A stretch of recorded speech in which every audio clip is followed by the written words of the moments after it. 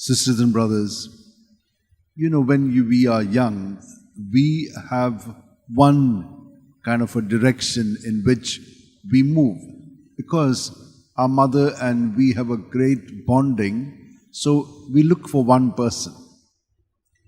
We sort of get grounded on one person. But later on, there are many persons we meet. And so, based on this relationship, we look at others and we try to assimilate them into our lives. And so, some we reject, some we keep, because in this kind of jigsaw puzzle, there are different pieces which fit into our lives. But there's something very essential for us. We cannot do without God, who is three persons in one. Actually, when we are young, we can relate maybe to Jesus. Somehow Father and the Spirit is not in the worship or in our relationship. But slowly we realize that Jesus himself has told us, I am the way, the truth and the life, and no one can come to the Father except through me. So now, therefore Jesus is one whom we worship, but he's telling us there is the Father to whom I have come from and to whom I will go, and it is to him that you must relate through me. And now he's telling us, when I go, I will send you another counselor who will be the Spirit of truth, and he will declare to you all that is mine, all that I want to tell you. But what is mine does not come from me, it comes from the Father. So, what is mine is actually of the Father, and that is what the Spirit will declare to you. Now, how do we understand that, and how does it work?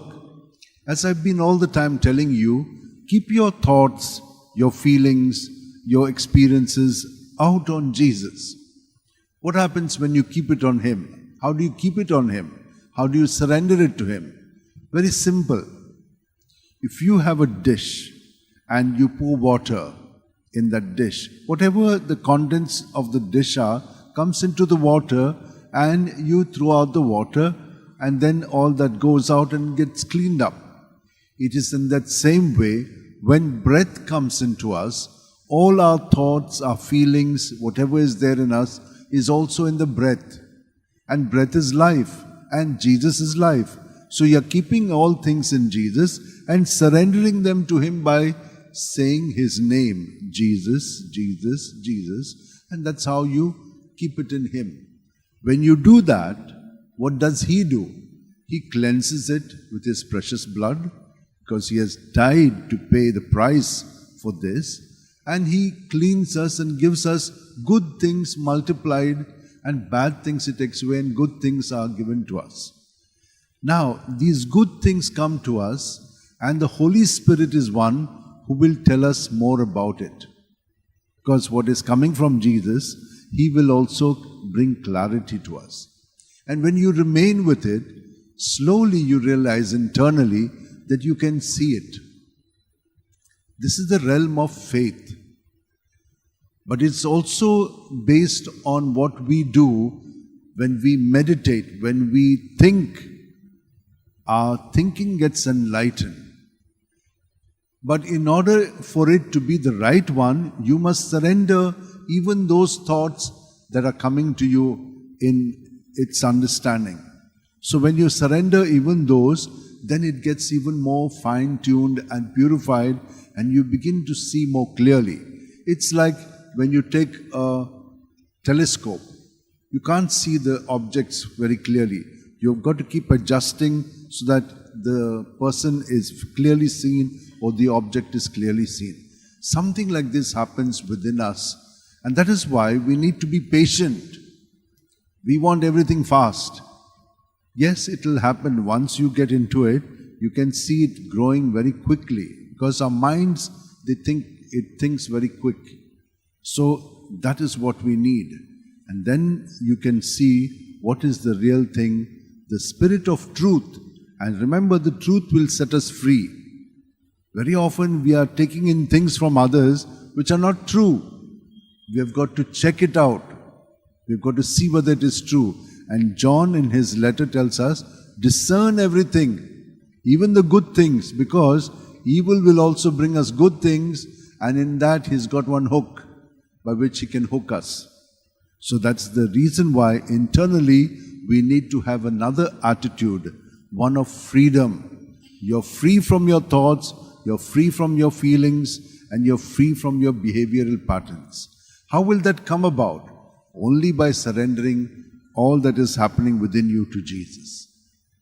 And that is why you realize that it is in Him we live, move, and have our being. All the time we are flooded with Him.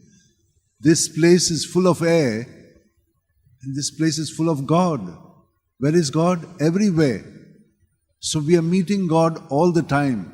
But we need to have that faith to be able to see, to experience, and to remain happy. Look at us. We are not very happy. Why? We are concerned about certain things and they are going on in our head. People are around us, but we are somewhere else.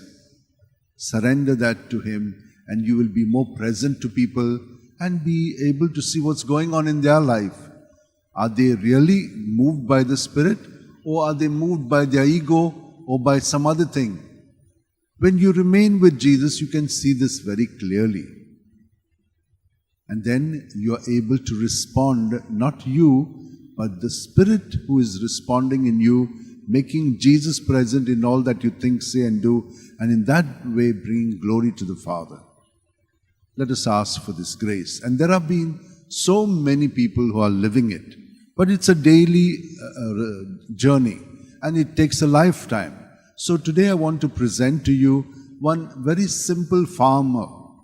He was very simple. Came from a farming family, but he was born on Pentecost. Now this Sunday we will be celebrating the ascension of our Lord. And the following Sunday will be Pentecost Sunday. So he was born on Pentecost Sunday, or whichever day it was Sunday, of course. And then he was given the name Paschal. Now he was very God-centered, and he had a special devotion to the Eucharistic presence of Jesus, say in the Blessed Sacrament. We come into the church, but we forget that Jesus is there. He is here. That's why this place is alive, because of Him. You go to a Protestant church, there is no Eucharist. It is dry. Those who go to that church will experience no presence. Presence is made by reading the Word of God, singing songs and hymns. Then only there is a presence. But otherwise they are not present to the Eucharistic Lord.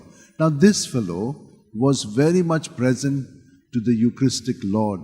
And that is why when he was going through the Huguenot country, that is in France, he is from Spain. When he went to France, the Protestants were called Huguenots, and they were Calvinists, belonging to one particular sect.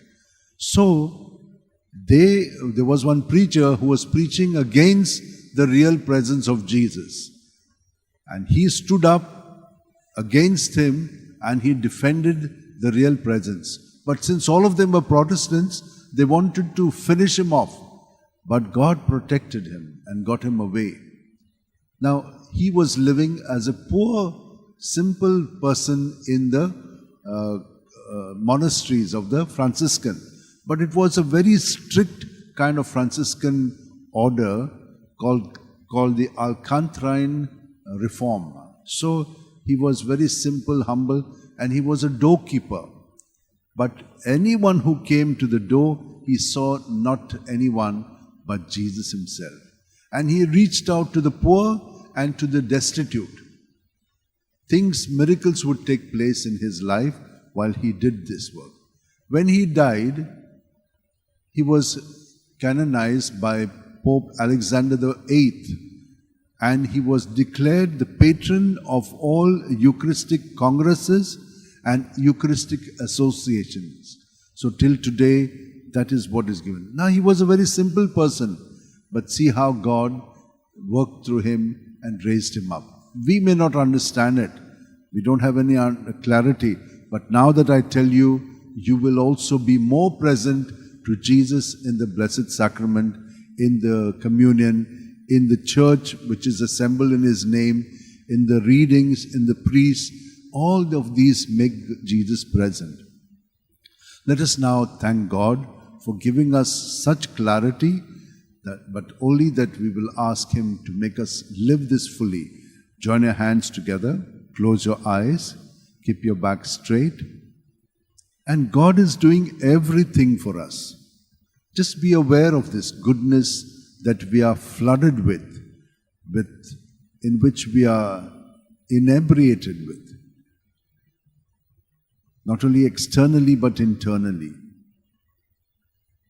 God is taking care of us. If we only trust in Him, and if we are open to His presence, we will experience well-being at all body, mind and spirit level.